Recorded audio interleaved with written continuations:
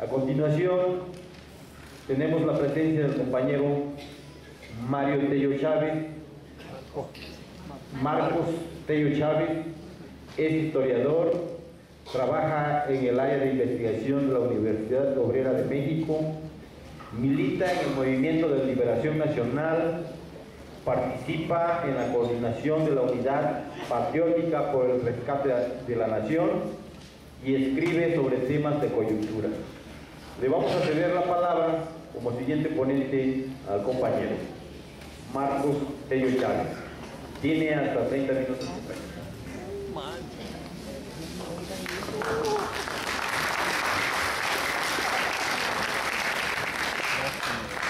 Buenas tardes a todas las compañeras, a todos los compañeros. Agradezco la invitación que me hicieron para estar aquí con ustedes. Para mí como persona es un honor, e incluso para la institución donde yo laboro, que está aquí a unas cuadras de este auditorio. Bueno, quiero iniciar planteando que la resistencia y la desobediencia civil pacífica tiene que ver con insurgencia política. Es una forma de guerra política, es una forma en las actuales condiciones de lucha de clases, de lucha nacional. La resistencia y la desobediencia civil pacífica tienen que ver con la acción política para desacatar una ley o una decisión injusta por parte de los que aparecen como representantes del gobierno. Es una acción colectiva, no es el desacato individual. La resistencia y la desobediencia civil pacífica tienen que ver con acciones colectivas, tienen que ver también, en este sentido, con lucha política, con proyectos de resistencia ante alguna ley, ante alguna iniciativa de gobierno, pero también tienen que ver con proyectos de transformación global.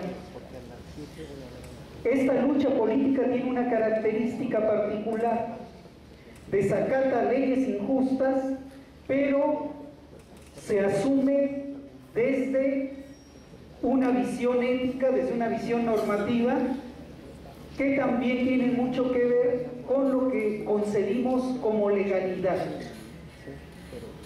Particularmente en México y en algunos otros lugares, la resistencia y la desobediencia civil tienen que ver con el desacato a nombre de la restitución de la legalidad constitucional, a nombre de la restitución de las leyes, a nombre de la restitución de principios éticos que de alguna u otra manera se expresan como derechos humanos. La resistencia y la desobediencia civil pacífica tiene una visión propia de lo que es legal, de lo que es justo, y antepone el proceso normativo que se ha venido acumulando particularmente desde las luchas por la independencia en Estados Unidos, de manera particular la Revolución Francesa, hasta lo que en el último periodo nosotros podíamos llamar el derecho de los pueblos, particularmente las rebeliones de liberación nacional, la Declaración de Argel y todo el sistema de derechos humanos y civiles que se ha venido elaborando a raíz de la condena de la invasión estadounidense en Vietnam y de la lucha por los derechos civiles en los Estados Unidos, entre otras cosas. Desde esta perspectiva, el desacato a la ley injusta es un acto de justicia y es un acto basado en la legalidad popular, que particularmente en México se ampara en el espíritu del Constituyente de 1917. Este es el marco. Como acción colectiva, la resistencia y la desobediencia civil tienen que ver con estructuras, con colectivos, con grupos, con movimientos. Tiene que ver con un ordenamiento interno de tipo democrático. La resistencia y la desobediencia civil se plantean restituir no solo el funcionamiento democrático del aparato de gobierno, del aparato estatal, sino particularmente desarrollar la democracia, en este caso, desde la base. Cuando hay democracia desde la base, cuando hay un proyecto político de transformación, de resistencia, también hay disciplina. Cuando hay un funcionamiento democrático, los acuerdos se toman en colectivos, se ejercitan a través de los órganos de conducción de los colectivos, del movimiento, y las acciones tienen que ver con planes que no solo son acciones, tienen que ver con una plataforma política. Esto es fundamental. No son acciones de desobediencia y resistencia civil las actividades que desarrollan pequeños grupos al margen de los colectivos. Esos que de repente deciden emprender una acción directa sin haber tomado en cuenta las resoluciones de las asambleas y sin haber tomado en cuenta el planteamiento de los movimientos, su planteamiento general.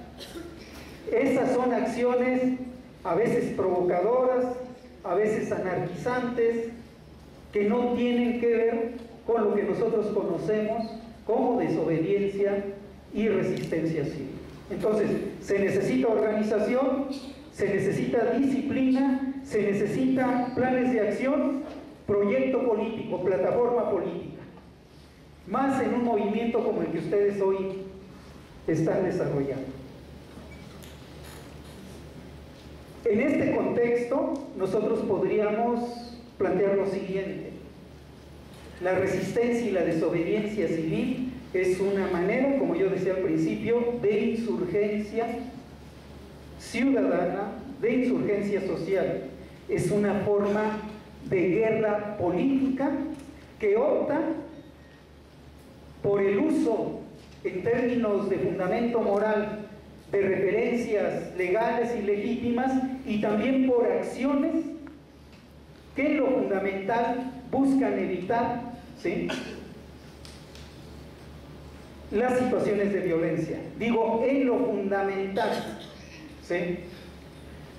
Quisiera aquí introducir un pequeño paréntesis. La autodefensa en este contexto es legítima y es parte de la resistencia civil. Incluso las autodefensas que nosotros hemos estado viendo que se desarrollan en Guerrero y en algunas otras zonas del país tienen que ver con un estatuto de legitimidad. El propio artículo 1 de la Constitución, si ustedes lo revisan, y el artículo 2 ampara muchas de estas formas de gobierno, de autogobierno, de autonomía, ¿sí?, de uso incluso de policías dentro de lo que nosotros llamamos los pueblos originarios. Esto es legal y se hace con la finalidad de restituir la seguridad y el funcionamiento social que plantea de alguna u otra manera el marco constitucional en el que nos movemos. Plantearía aquí otro ingrediente.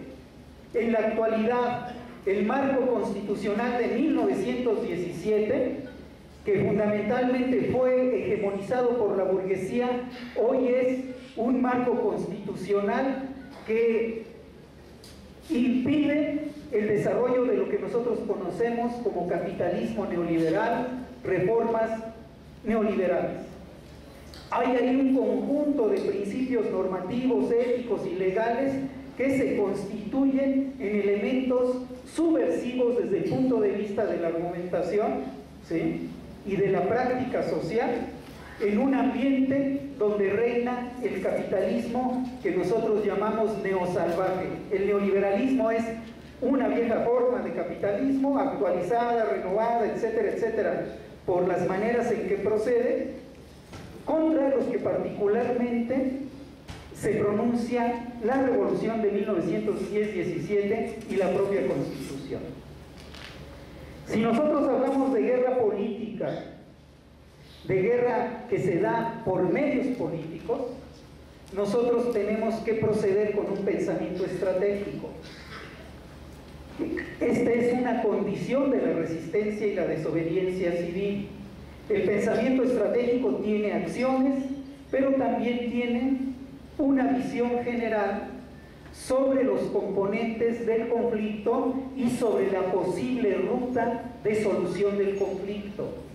Uno de los grandes problemas de los movimientos sociales, no solo de los movimientos sociales, también de los movimientos políticos, es la carencia de reflexión estratégica. Lo que hacemos luego son acciones sueltas, pues, ¿no? A veces tienen plan, a veces son sin ton y son. Es una respuesta que no rebasa las manifestaciones de descontento inmediatas. Entonces, si hablamos de insurgencia política, de guerra política, por usar este término que planteó Víctor en su intervención, nosotros tenemos que ubicar al enemigo. ¿Quién es el enemigo principal para poder resolver los problemas que nos hemos planteado? Para poder encontrar la solución a los problemas que tenemos enfrente. ¿Quién es el enemigo principal? ¿Cuál es el sector que está detrás de la reforma educativa y del conjunto de reformas estructurales? Particularmente la oligarquía mexicana, ese grupo de 31, 32 grupos empresariales, el imperialismo estadounidense, la Casa Blanca, estos órganos que funcionan en interés de la Casa Blanca, la OCDE, el Banco Mundial, el Fondo Monetario Internacional. Este es el núcleo del enemigo principal. En México esto no es toda la burguesía. Este es un sector de la burguesía. Esta es una discusión. ¿Quién es el enemigo principal? ¿Cuál es la naturaleza del problema que yo estoy planteando, que yo estoy enfrentando? La reforma educativa, ¿cuál es su naturaleza?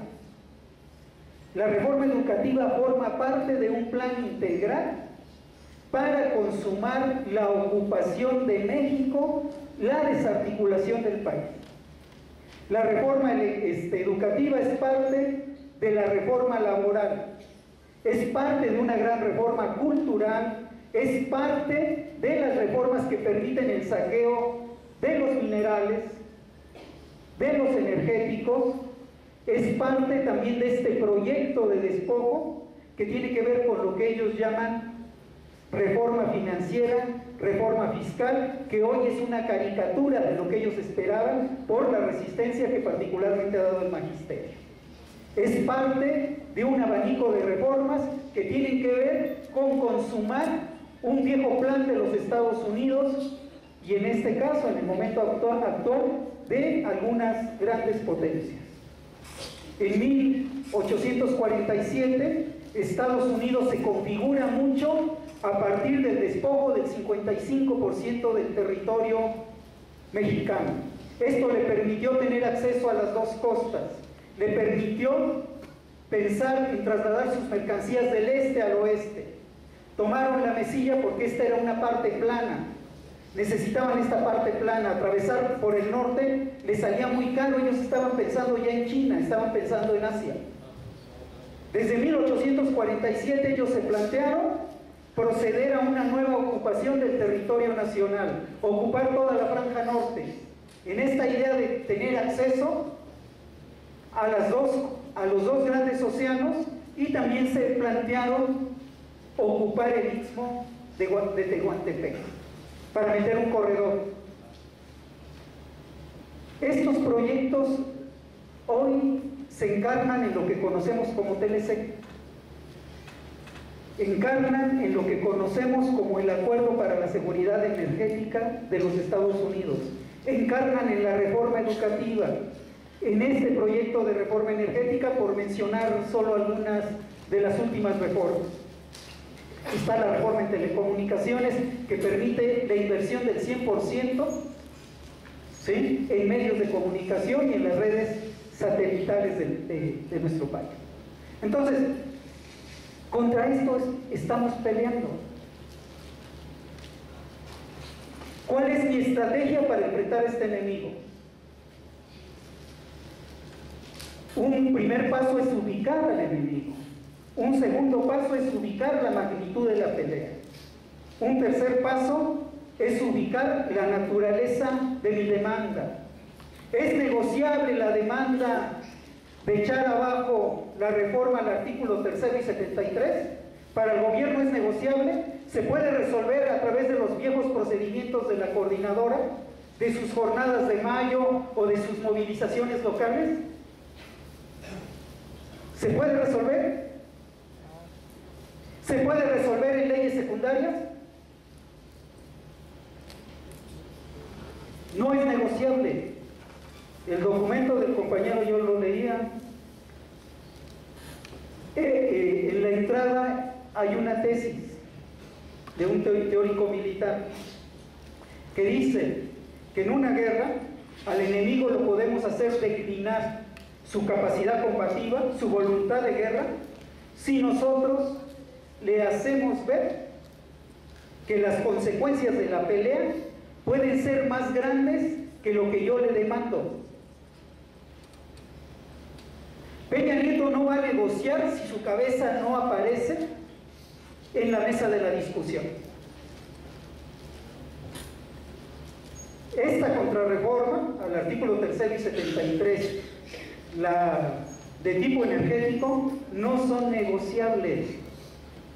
Tenemos que desarrollar un movimiento que permita poner la cabeza del presidente y del gobierno en la mesa de la discusión, aunque al final esto no sea lo que resolvamos. Pudiera ser pues que no lo resolvamos, o pudiera ser que también lo resolvemos, pero esto tiene que quedar claro. Es una guerra. Ellos libran el combate contra nosotros desde la lógica de guerra, no desde otra lógica. La guerra que han desarrollado es lo que llaman guerra de cuarta generación. El uso masivo de los medios de comunicación tiene que ver con este diseño. Entonces, la resistencia y la desobediencia civil también es una apuesta a la opinión pública. Yo no puedo combatir en este contexto de guerras de cuarta generación al enemigo si no lucho por la opinión pública. Mis formas de lucha tienen que ver con explicar, convencer, plantear que esto tiene que ver con los derechos del pueblo mexicano, con una sociedad de derechos. El combate por la opinión pública es fundamental en esta guerra. Y ahí ustedes analicen lo que han hecho. Esto también matiza las formas de lucha, las acciones. Cómo golpeo al enemigo y evito crear contradicciones secundarias con los posibles aliados o con los sectores que tengo que neutralizar. Esto ustedes lo tienen que realizar. Y aquí también tiene que ver el trazo de la estrategia. ¿Esta pelea se puede ganar de un solo golpe o tiene que ser a través de un proceso más largo?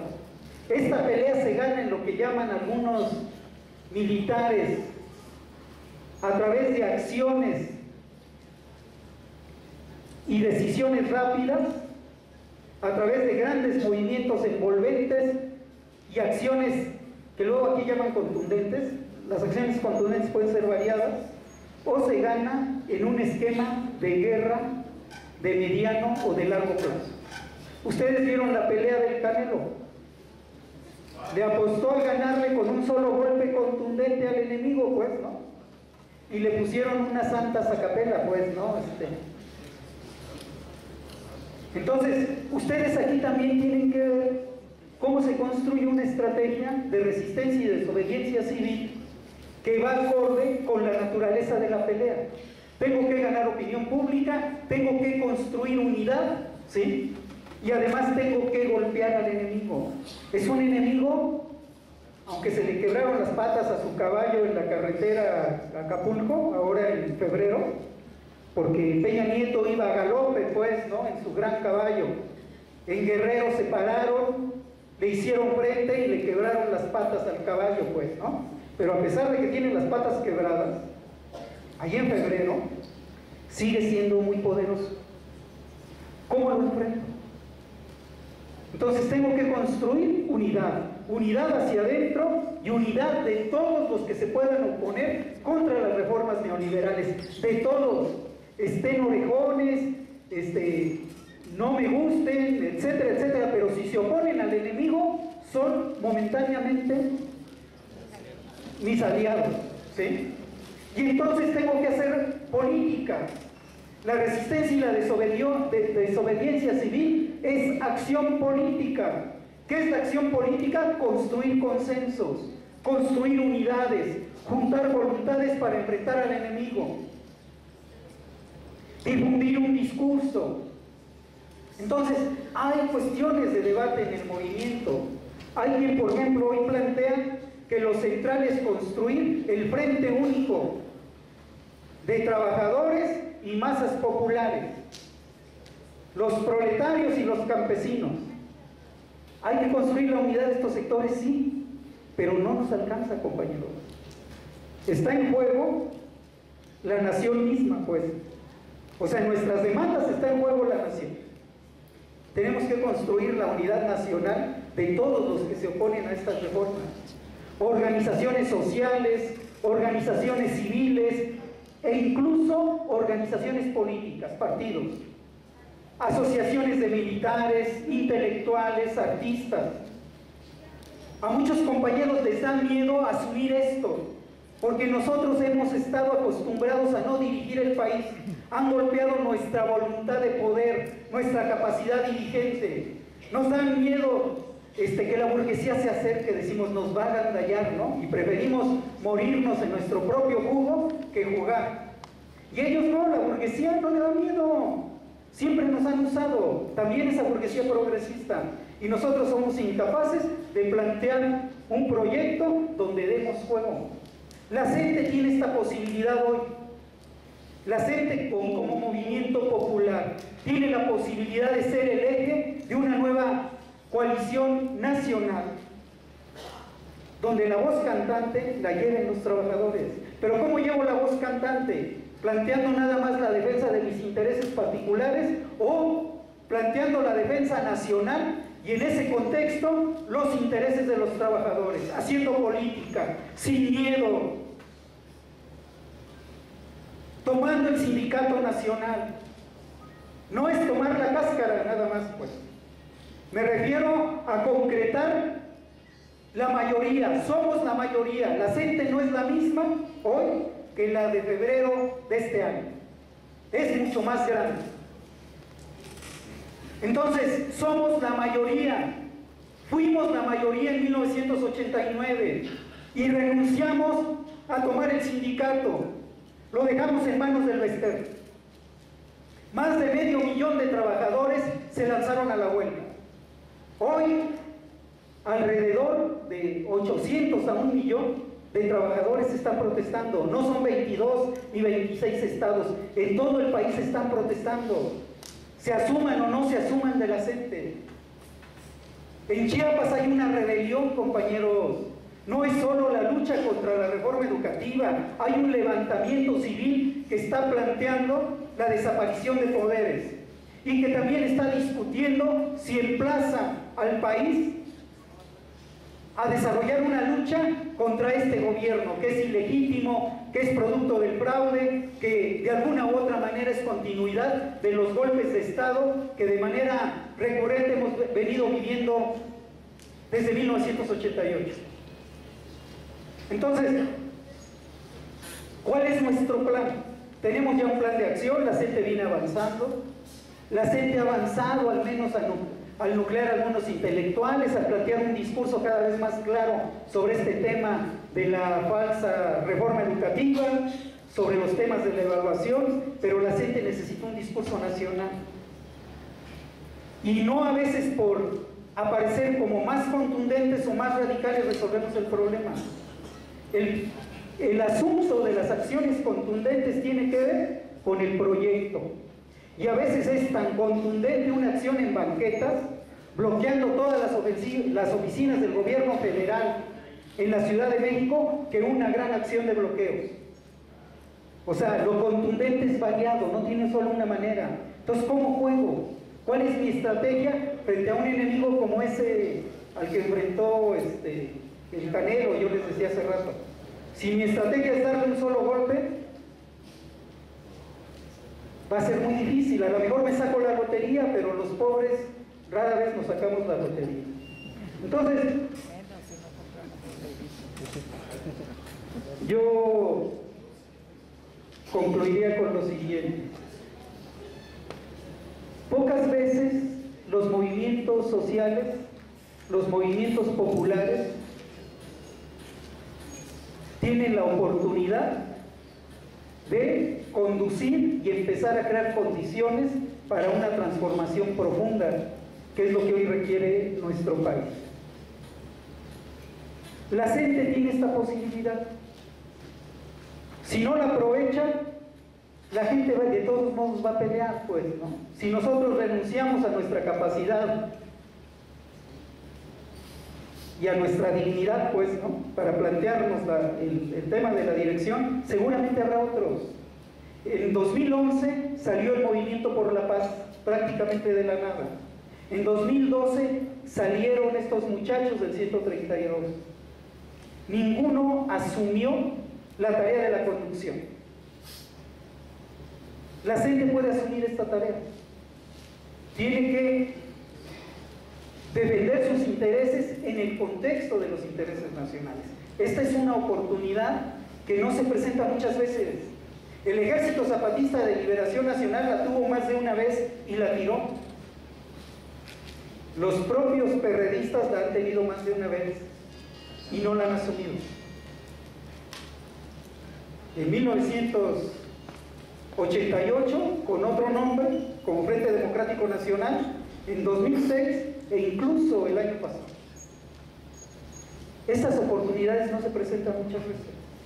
La responsabilidad que ustedes tienen por delante es gigantesca. Hay condiciones para sostener la pelea, pero la gente también necesita concreciones. Una primera concreción puede ser tomar el sindicato. ¿Sí? En esta pelea, ir acumulando fuerzas para derrotar al enemigo.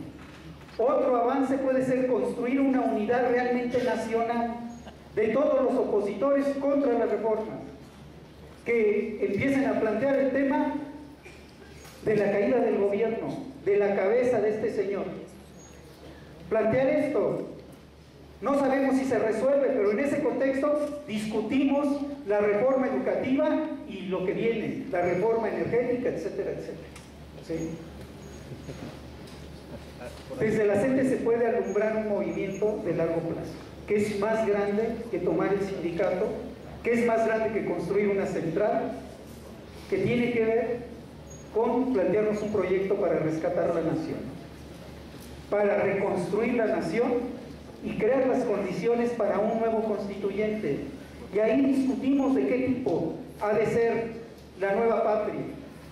De entrada nosotros asumimos que la nueva patria, para ser tal, tiene que ser de los trabajadores y las trabajadoras. No puede haber nueva patria sin la conducción popular.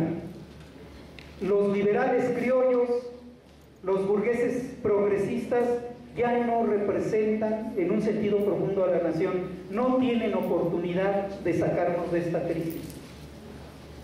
Esto es lo que tenemos enfrente. Eso es lo que tuvo enfrente Morelos, eso fue lo que tuvo enfrente Hidalgo, por eso peleó Genaro Vázquez Rojas, Lucio Cabañas, Ramírez, y por eso ha estado peleando la coordinadora. Eso es lo que está debajo de esta resistencia que tiene ya más de 3 décadas. Entonces, lo que está en juego es el futuro. Nosotros decidimos si lo asumimos o no lo asumimos. Hoy es esta forma de resistencia y de desobediencia civil la que nos permite unificar a la mayoría y la que nos permite enfrentar al gobierno y creo la que nos permite derrotar. Yo creo que es posible derrotar. Muchas gracias.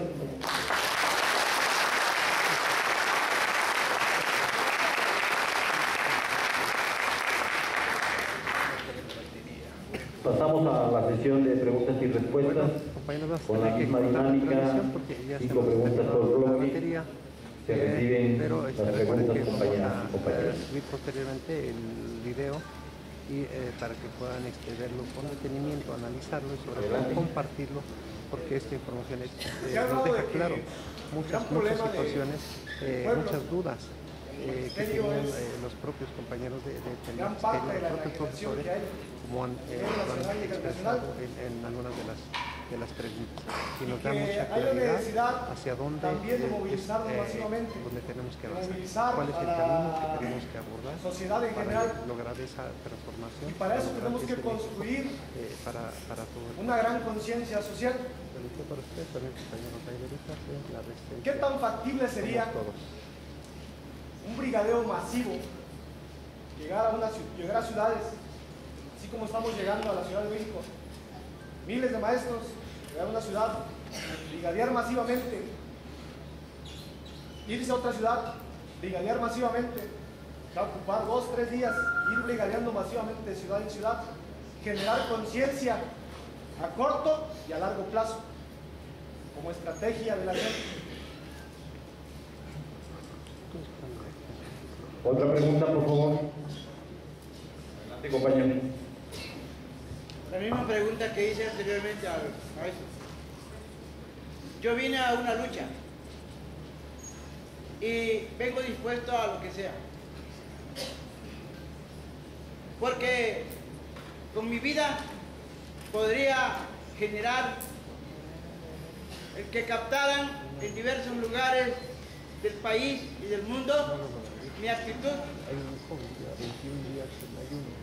porque si hoy llegué a saber que nos felicitan diferentes lugares del mundo, como lo presenciamos hoy en la mañana, Chile, Cuba y cartas que provenían de Argentina, y lo que escuchamos de Francia, entonces mi actitud, mi vida, la vengo a dejar en esta lucha. Y si es necesario una huelga de hambre, creo que en toda lucha vale la pena morir por defender nuestra dignidad.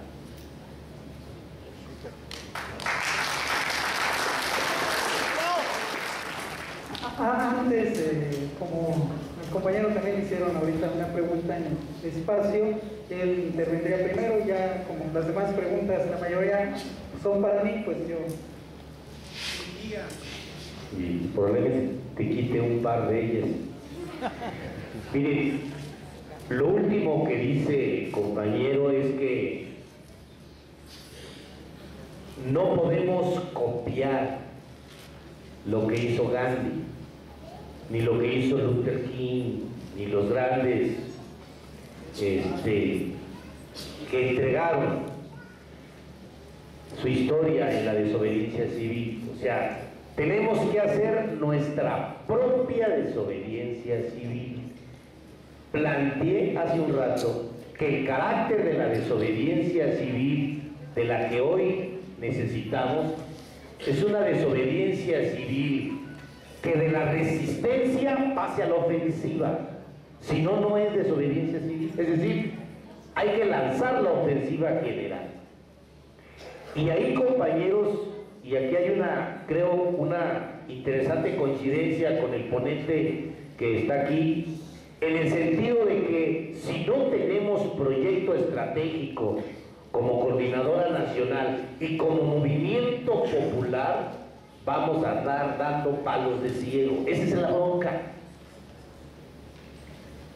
La CENTE tiene principios, tiene estrategia, tiene perspectiva, sí, pero hoy no nos alcanza. Necesitamos algo mayor. De ahí que coincido en la idea, compañeros, de que el proyecto estratégico debe de contemplar un sinnúmero de acciones, desde lo del aeropuerto hasta tal vez apagar la luz. En ese sentido, ¿cómo articulamos para que todas vayan en la misma dirección? Porque sí puede caer la desesperación ante el callejón sin salida en que nos pueden apretar en Chiapas, en el propio Zacatecas o en Michoacán, que se ha dado ahí la turbulencia con la aparición en estos días del asunto de los narcos. Entonces, sí requerimos, compañeros, de todo un planteamiento completo, integral, que vaya a diversificar todas las formas de lucha. Y ahí que la CENTE tiene una enorme tarea, un desafío político estratégico en el diseño inmediato de ellos. Porque si no, se va a empezar a desgranar y va a empezar a caer el desánimo de que, chinga, no echamos abajo la reforma, a eso veníamos. Así lo dijo los compañeros de Oaxaca. A eso veníamos, a enfrentar y abrogar la reforma constitucional. Y hace rato, y coincidiendo un poco con Marcos, ¿podemos? Sí podemos, pero necesitamos de una fuerza que hoy hay que construirla. Y están todas las herramientas, compañeros. Están todas las formas y las motivaciones en el estudiantado, con los LESME, con los mineros, en el encuentro magisterial, con los de la unidad patriótica.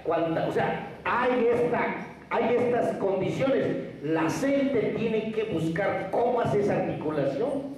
Hoy, con toda la autoridad política y moral, de estar decenas de miles en la calle en estos 8 meses con acciones de diverso tipo. En ese sentido, me parece que había que ir buscando, compañeros, puntos de quiebre. Por ejemplo, es que si pensamos el 25 de febrero está muy largo, ¿sí? Para los compañeros que están de manera en la pelea, pues es muy largo.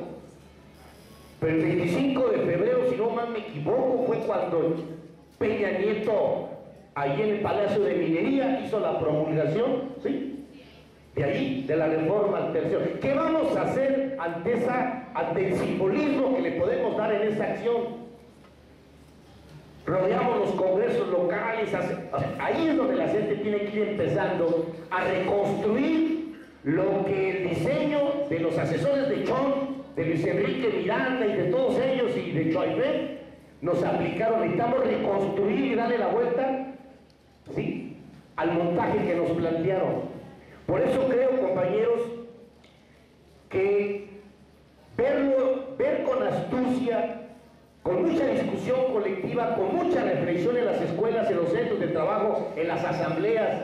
Nosotros en la montaña tenemos el 4, una asamblea importante para empezar a reconstruir un planteamiento que vaya direccionado hacia esto que estamos planteando.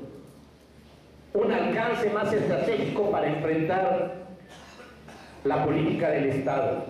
Yo no creo, y yo respeto quien quiera inmolarse, le respeto su decisión, pero no se trata, creo yo, no se trata en estos momentos de arriesgar la valiosa vida de nuestro compañero maestro. Hoy lo que se trata es conjuntar toda la energía para generar las condiciones y la fortaleza suficiente y construir desde abajo y desde las condiciones que hoy tenemos la posibilidad de enfrentar a la oligarquía en su conjunto. Creo, compañeros, que en ese sentido va un poco en el ánimo de lo que el último compañero expresaba, ¿no?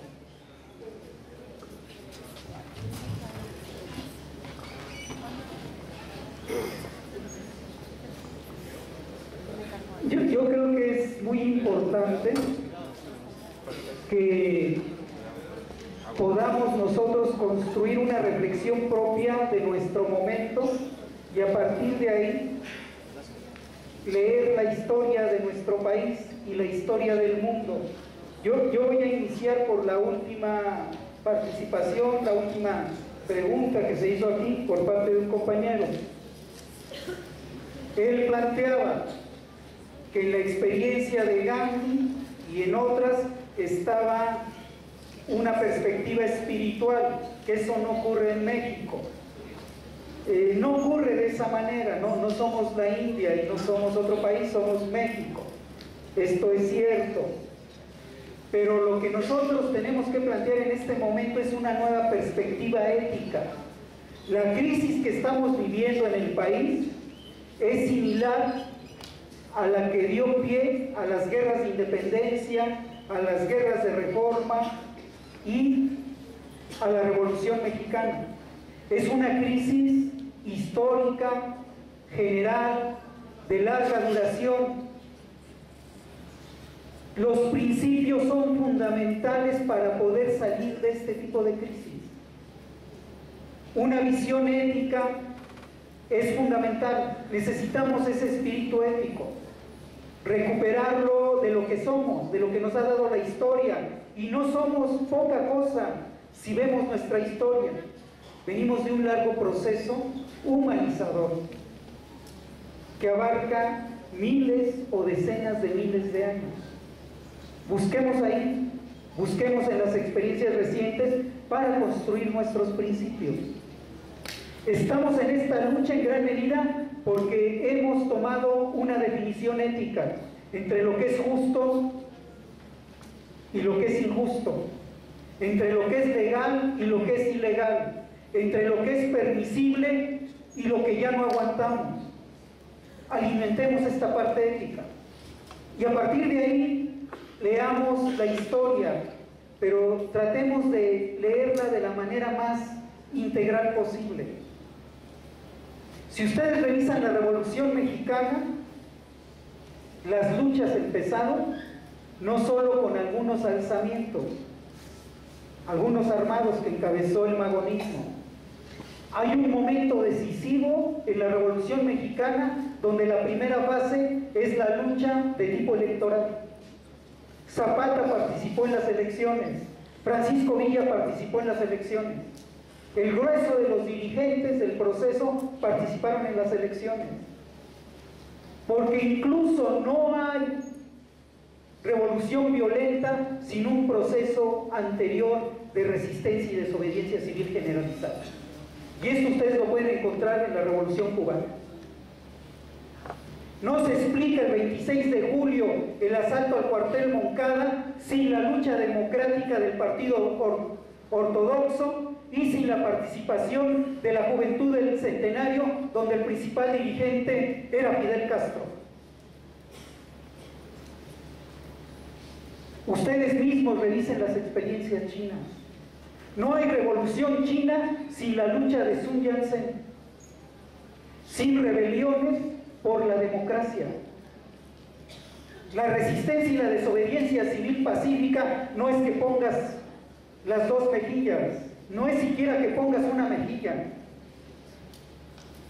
La resistencia y la desobediencia civil pacífica tiene que ver con una estrategia concreta, ¿sí?, de cómo aprovechamos todas las formas de lucha y de cómo construimos la irrupción masiva del pueblo mexicano, la irrupción masiva de los maestros. ¿Cómo vamos a enfrentar a Estados Unidos en este momento? ¿A balazos? Porque la pelea es contra Estados Unidos, ni siquiera es contra los Estados Unidos. Estados Unidos está aquí. ¿Cómo lo vamos a enfrentar? ¿Cómo se le ha enfrentado en América Central, en América del Sur en el último periodo? Incluso ustedes vean 1979 Irán. ¿Cómo se dio la revolución iraní? Fue principalmente un movimiento de masas que saturó al enemigo y neutralizó su capacidad represiva. Sin masas no hay futuro, sin pueblo no hay futuro. Y también que nos quede claro, la independencia de la India se logró mucho a partir del movimiento que encabezó Gandhi, pero también a su articulación con otras formas de resistencia en la coyuntura. Pero no se hubiera logrado la independencia de la India sin esta capacidad de movilizar millones y de neutralizar la eficacia del enemigo. Esta es una manera. Ustedes vean cómo empezó la revolución vietnamita. Empezó como una lucha democrática por la nación. Y yo voy aquí a otro tema. Esta es una lucha de clases, esto es incuestionable. Pero si esta lucha de clases no se plantea como una lucha nacional, va a ser muy difícil que ganemos. Esta es una lucha de clases y es una lucha nacional. Es una lucha por agrupar a todos los trabajadores, a los proletarios, a los campesinos pobres, pero también por agrupar a sectores medios, a capas medias que están descontentas con lo que está pasando. Esta es una lucha nacional que no solo tiene que ver con dar alternativas a los proletarios, tiene que dar alternativas a la nación toda para enfrentar la ocupación de los Estados Unidos en México. Entonces, ¿cómo construimos una estrategia que triunfe? Que no se base solo en mi angustia y en la desesperación. Y eso tiene que ver con lo que plantea el compañero. El compañero tiene razón en una cosa. No podemos ganar si no estamos dispuestos a dar todo. Por eso Che Guevara decía, con toda razón, en una revolución se gana o se muere. Pero él no trabajaba para morir, ¿sí? Él trabajaba para ganar, pues. Entonces, una cuestión básica es esta disposición a enfrentar hasta las últimas consecuencias mi decisión de decir ya basta a todo este sistema de porquería. Pues esto es fundamental, pero también es fundamental mi capacidad de reflexionar, de plantear estrategias. La gente hoy tiene el número a su favor, necesita la conciencia, necesita saber pelear. La conciencia no son un montón de libros, compañeros, ¿no? Porque mucha gente ha leído cerros de libros. Hay que leer cerros de libros, eso es bueno, pues, ¿no? Pero no se obtiene solo con los libros, esta es una parte. La conciencia práctica, activa, tiene que ver con ubicar nuestros intereses de clase, nuestros intereses nacionales y traducirlos en acción política, en pelea. Si no es puro discurso. Yo puedo hablar y hablar del socialismo, gritar quién sabe cuántas consignas, pero si no tengo un diseño concreto que se base en la voluntad de poder, en la voluntad de ganar, es puro rollo, compañeros. O sea, tengo que trazar estrategias pensando en la victoria, en la estrategia de la victoria. Y necesito muchos libros detrás de mí, pero necesito también esta capacidad de enfrentar al enemigo ahí, de sumar fuerzas, porque lo que nos enseñan todas esas revoluciones de las que hablaba el compañero es la capacidad de los dirigentes para reunir a las fuerzas que se podían reunir para enfrentar al enemigo principal. Esta ha sido la gran virtud de Fidel Castro y de otros, pues. Entonces, esto es lo que tenemos aquí enfrente. Hay algunas cuestiones que me llegaron aquí sobre que los maestros tenemos la culpa por nuestra situación, porque mandamos a nuestros hijos a escuelas particulares. Bueno, eso revela una inconsecuencia, pero es un poco más complicado. Alguna gente dice que en México la gente no ha peleado, que tenemos el gobierno de porquería que nos merecemos. Eso dicen muchos, pero este pueblo mexicano ha peleado, compañeros. Desde que invadieron los españoles hemos estado peleando. Por resistencia no ha parado. No hemos sabido construir la unidad. Este ha sido uno de nuestros grandes problemas. A veces no hemos sabido entendernos, pero por resistencia no ha parado. De 1988 para acá, compañeros, se han producido cuando menos 3 golpes de Estado a través de estas formas tramposas de fraude.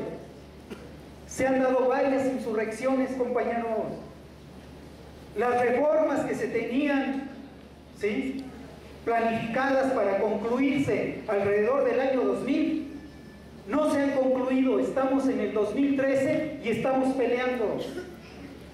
El pueblo mexicano le ha ganado en los últimos años varias veces en ese terreno fraudulento. Hemos tenido problemas de dirección, y no me refiero solo a López Obrador y a Cuauhtémoc Cárdenas, me refiero a nosotros, compañeros. Tenemos una experiencia con Atenco. Hubo un decreto, Atenco venció el decreto, pero ustedes revisen Atenco en 2 fases. En la primera fase victoriosa, donde es capaz de construir unidad y desarrollar una estrategia basada en esa voluntad de ir hasta el final, pero también basada en la capacidad de construir alianzas. Y vean la segunda etapa, donde Atenco está aislado y lo aplasta.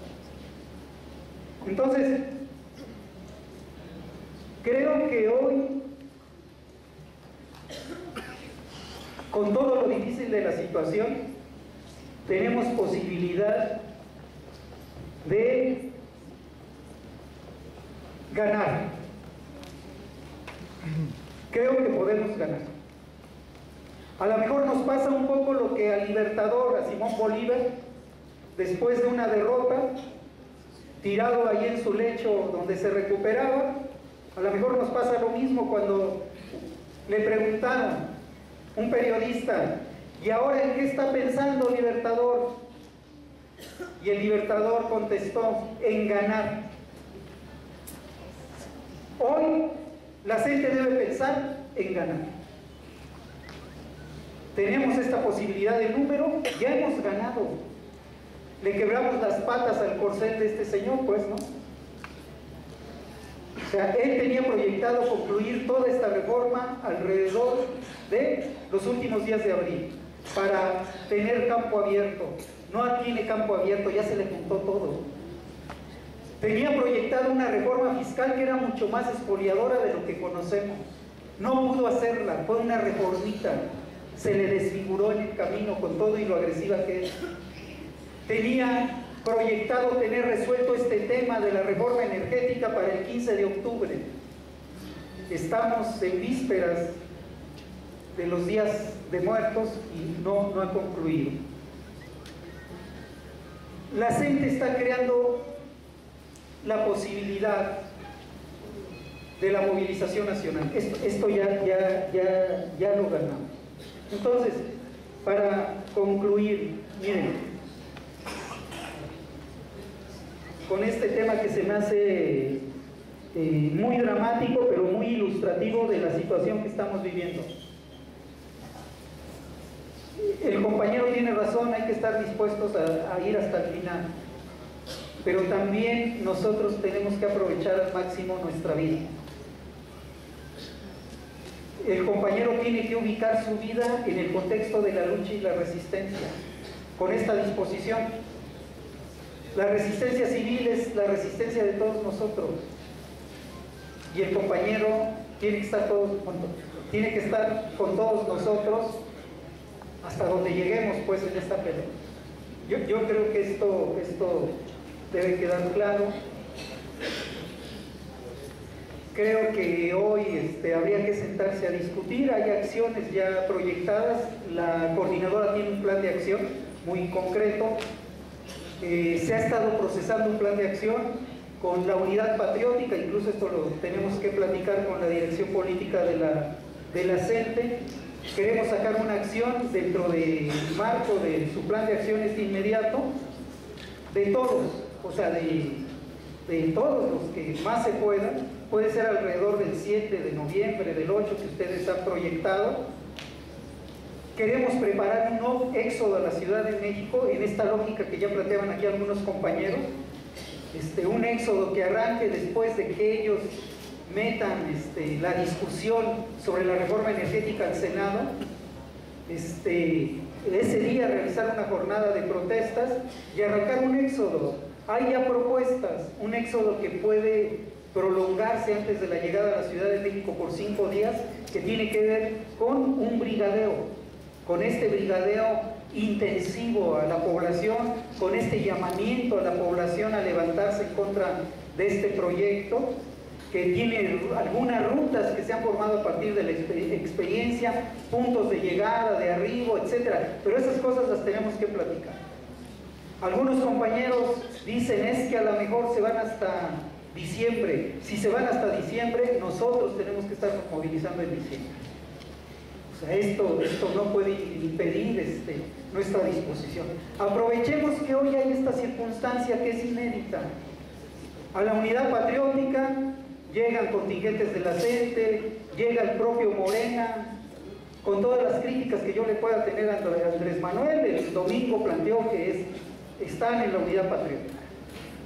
Llegan todos los sectores de los partidos estos institucionales, menos los chuchos, llegan ahí.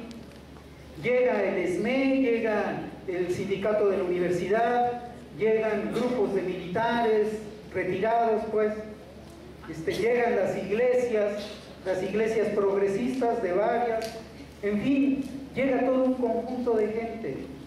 Con muchos tenemos discrepancias, pero si en un punto estamos de acuerdo, o en estos puntos estamos de acuerdo, vamos con ellos.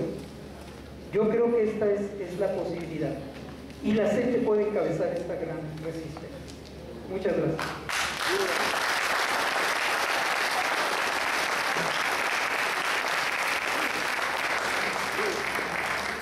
A continuación se va a dar lectura de un saludo que envían trabajadores de la educación de Washington a todos los trabajadores de la educación aglutinados en este gran movimiento que coordina, valga la redundancia, la Coordinadora Nacional de Trabajadores de la Educación.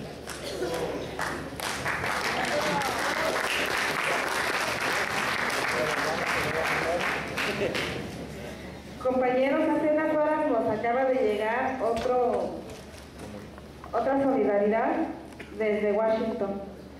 Desde la ciudad de Seattle, en el estado de Washington, y por medio de las presentes líneas, queremos manifestarle nuestra más amplia solidaridad con la lucha de los maestros de la Coordinadora Nacional de Trabajadores de la Educación.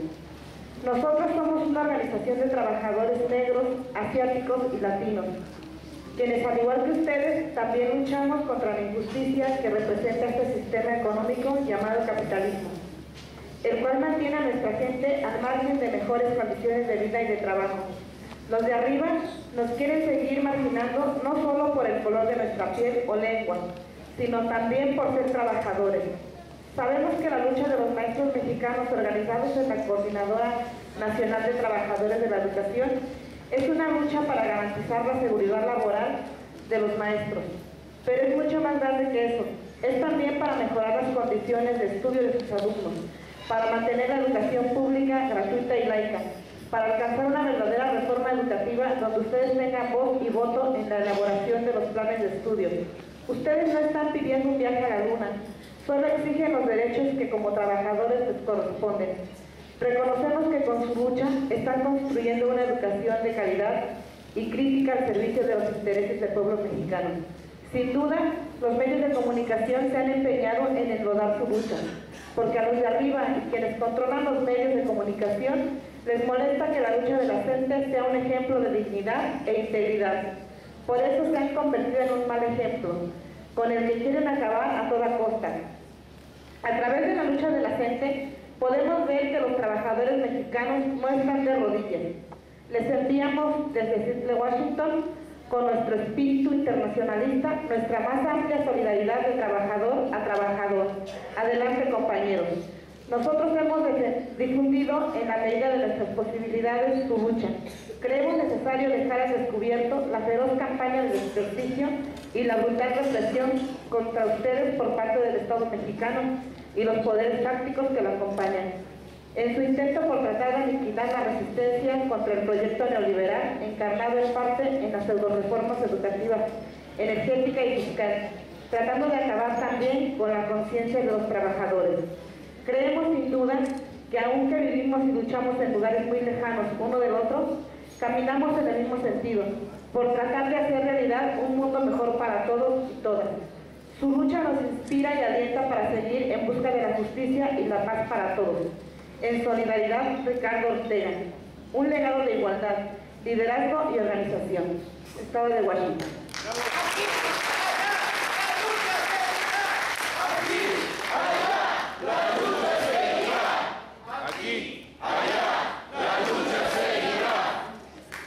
Les pedimos a todos los presentes que se pongan de pie para que se lleve a cabo el acto de clausura del evento. Para ello, le vamos a ceder la palabra al compañero Braulio Mena, de la sección 10 de aquí del Instituto Federal.